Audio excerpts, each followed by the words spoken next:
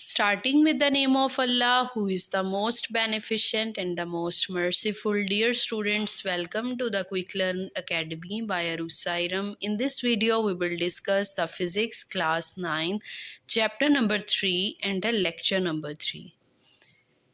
Dear students, video को start करने से पहले अगर अभी तक आपने चैनल सब्सक्राइब नहीं किया then kindly do subscribe my channel which is quick learn academy by Arusa Iram. Dear students, आज के इस लेक्चर में हम पढ़ेंगे tension and acceleration in the string and the first case and about the Atwood machine. तो सबसे पहले हम फर्स्ट टॉपिक देखते हैं कि tension and acceleration in the string क्या होता है।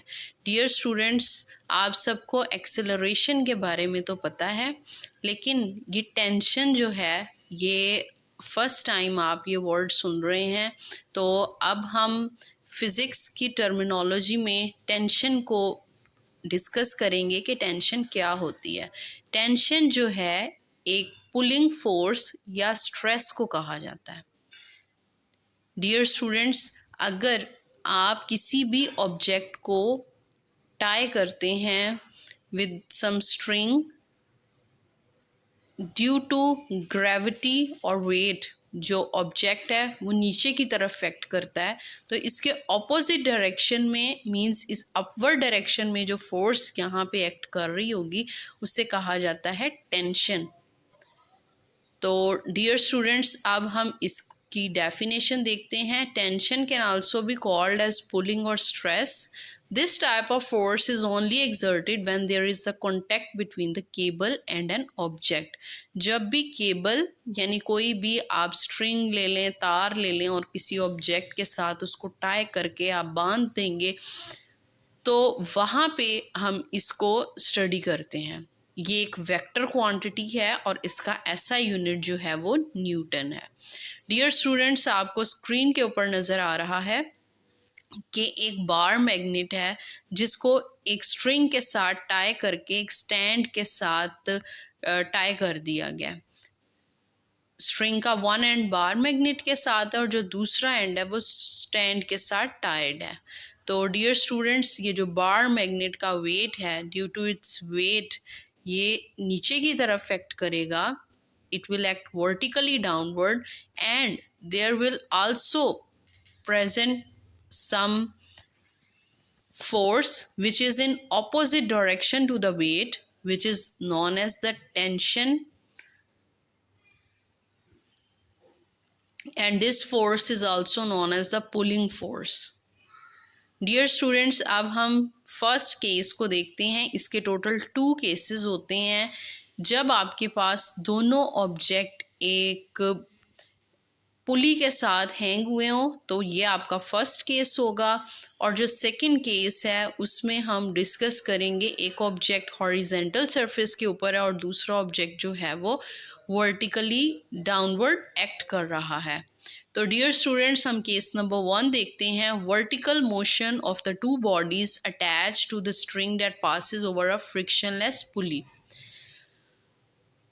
डियर स्टूडेंट्स, इन केसेस में हमारा टारगेट है 3 वैल्यूज़ को कैलकुलेट करना। We will have to calculate the value of acceleration, value of g and the value of t। तो डियर स्टूडेंट्स, आपको स्क्रीन के ऊपर नज़र आ रहा है। इसके लिए आपको टोटल 2 मैसेज चाहिए। मैस m1 और m2 मीन्स 2 बॉडीज़ हैं ए बी, और जो फर्स्ट वाली है उसका मैस है m1 और जो सेकंड वाली है उसका मैस है m2। जो मैस m1 है वो आपने ग्रेटर लेना है as compare to the mass m2। जब आप बॉडी ए का मैस हैवियर लेंगे और इसको एक इनएक्सटेंसिबल स्ट्रिंग के साथ दोनों ऑब्जेक्ट्स को आपने टाई करना है और उनको एक फ्रिक्शनलेस पुली के अंदर से पास करना है।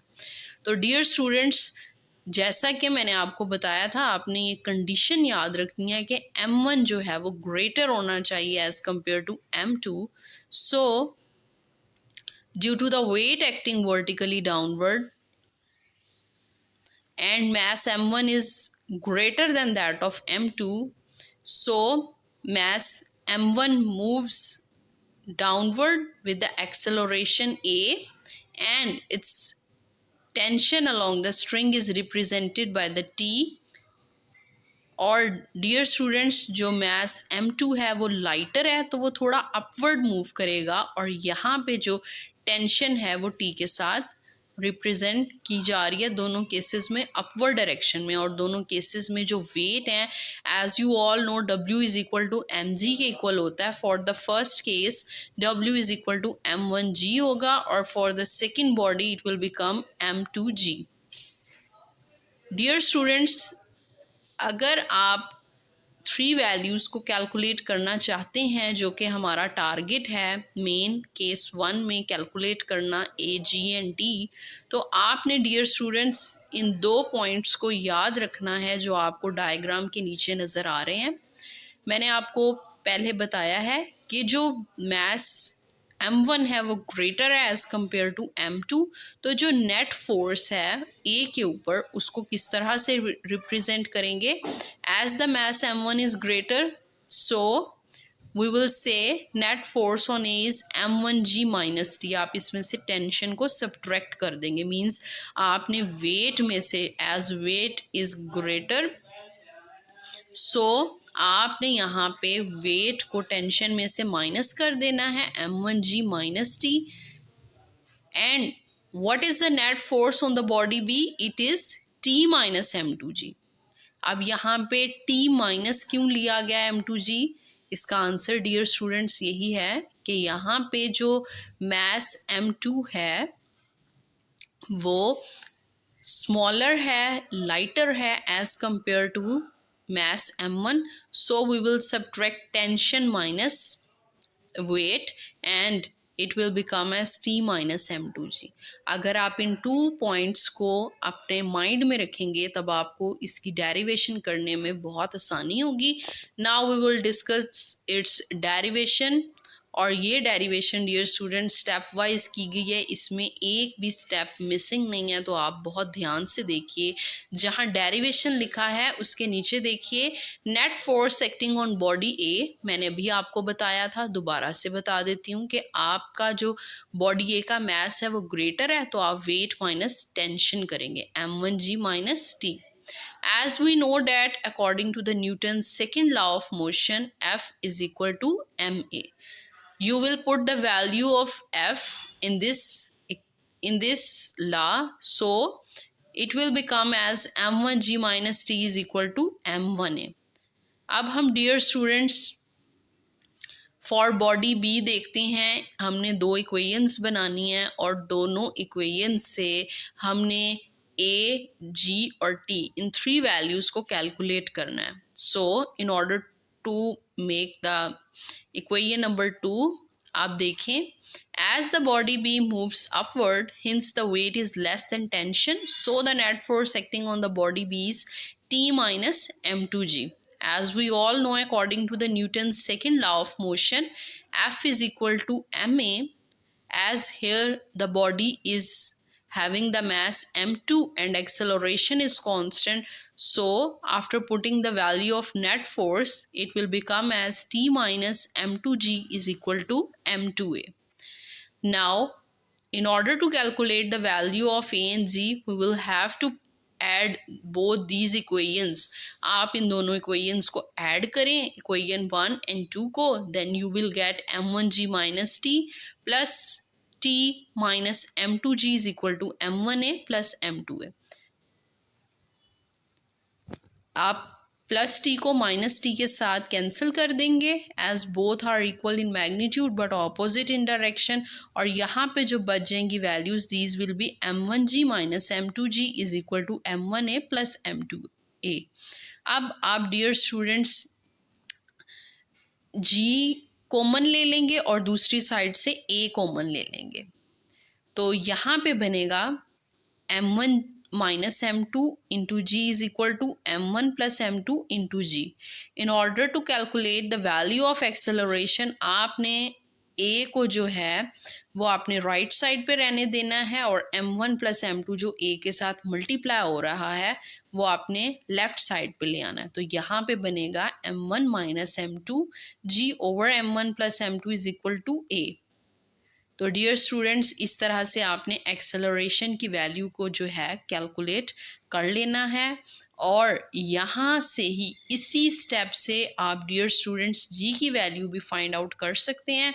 अगर आप इसी एक्सप्रेशन में जी को जहाँ पे लिखा हुआ है लेफ्ट साइड पे वहीं पे रहने दें और जो नीचे value m1 plus m2 divide हो रही है उसको राइट साइड पे ले जाके मल्टीप्लाई करा दें और m1 माइनस m2 को जो मल्टीप्लाई हो रहा है इसे दूसरी साइड पे ले जाके डिवाइड करा दें। So we will get the value formula for the value of g as m1 plus m2 over m1 minus m2 a। तो डियर स्टूडेंट्स, हमने टू वैल्यूज़ को कैलकुलेट कर लिया है a एंड g, इनके फॉर्मूलाज को ड्राइव कर लिया है। Now we will divide the equation 1 and 2।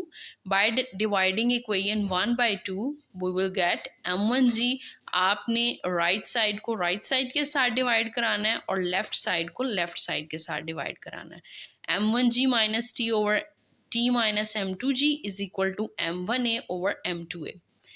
A same है तो आप इनको कैंसिल कर दें। आगे टी की वैल्यू को कैलकुलेट करने के लिए आपने डियर स्टूडेंट्स क्रॉस मल्टीप्लिकेशन करा देनी है। तो m2 को जो है आपने m1g माइनस टी के साथ और m1 को t minus m2g। Dear students, अगर आप right side of the page देखें तो सेकेंड स्टेप यहाँ पे आपने m2 के साथ मल्टीप्लाई करा देना है और दूसरी साइड पे m1 के साथ, और यहाँ पे m बनेगी equation m1 m2g minus m2t minus m। आपने m1t को दूसरी साइड पे लेके आना है, यहाँ पे प्लस है दूसरी साइड पे जाके माइनस हो जाएगा और प्लस करा देना है m1 m2g। अब यहाँ पे m1 m2g दोनों वैल्यू सेम है तो आपने दोनों को ऐड करा के लिख देना है, मीन्स 2m1 m2g, और यहाँ से आपने माइनस और t को कॉमन ले लेना है तो अंदर बनेगा m1 प्लस m2। आपने ये minus m1 plus m2 into T इसको इक्वेशन की दूसरी साइड पे लेके जाना है और t को वहीं पे रहने देना है। जो m1 प्लस m2 मल्टीप्लाई हो रहा है उसको आपने लाके डिवाइड करा देना है। तो डियर स्टूडेंट्स, ये आपका टेंशन का फॉर्मूला है which is 2m1 m2g over m1 plus m2g। Dear students, तो आज के इस टॉपिक से अब हमने तीनों वैल्यूज़ को ड्राइव कर लिया है स्टेप वाइज। आप देखें इसका रिजल्ट क्या बन रहा है। 3 इक्वेशंस हमने ड्राइव किए हैं। We through these 3 equations we can calculate the value of a, g and t by putting the values of m1 m2 g। और ये फॉर्मूलाज जो हैं न्यूमेरिकल्स को सॉल्व करने में बहुत हेल्प आउट करेंगे। आपने इनको याद कर लेना है। तो जो आपका रिजल्ट है वो आपको स्क्रीन के ऊपर नज़र आ रहा है। a is equal to m1 minus m2 over m1 plus m2 into g, और g क्या बनेगा m1 plus m2 over m1 minus m2 into a। And what is the formula of t? t is equal to 2m1 m2g over m1 plus m2। Dear students, इस topic की आपने बहुत अच्छी derivation की practice करनी है, बार बार करनी है। आप जितनी बार करेंगे, फर्स्ट टाइम आपको थोड़ा सा टफ लग सकता है, लेकिन उसके बाद जब आप एटलीस्ट 3 टाइम्स करें, दूसरी बार करेंगे, तीसरी बार आपको ये करने में फिर आगे एग्ज़ाम में काफ़ी ज़्यादा आसानी होगी। तो डियर स्टूडेंट्स, ये टॉपिक बिल्कुल भी टफ नहीं है, ये टॉपिक इम्पॉर्टेंट है। इसमें आप लाजमी डायग्राम बनाएं। आप इसकी एक्सप्लेनेशन में जो मैंने आपको वर्बली बताया है आप उसको राइट कर सकते हैं कि हमने मैथ्स m1 m2 लिया है और m1 ग्रेटर m2 से और फ्रिक्शनलेस पुली से ये पास कर रहा है। तो आपने इस टॉपिक को इस तरह से जो है फर्स्ट हेडिंग आपने इस टॉपिक के नेम की देनी है, बाद में आपने डायग्राम बनानी है, उसके बाद आपने क्या करना है, आपने एक्सप्लेनेशन की हेडिंग देनी है, उसमें जौन जौन सी चीज़ें रिक्वायर्ड हैं वो आपने लिखनी है। जो मैंने आपको समझाया है उसको सेल्फ राइटिंग में लिखें, और उसके बाद ये डेरिवेशन जो स्टेप वाइज की गई है इसको करें। आप इसको एग्जैक्टली ऐसे ही करें तो आपके बिल्कुल भी मार्क्स इस टॉपिक में डिडक्ट नहीं होंगे। डियर स्टूडेंट्स, अब हम देखते हैं कि व्हाट इज़ एटवुड मशीन।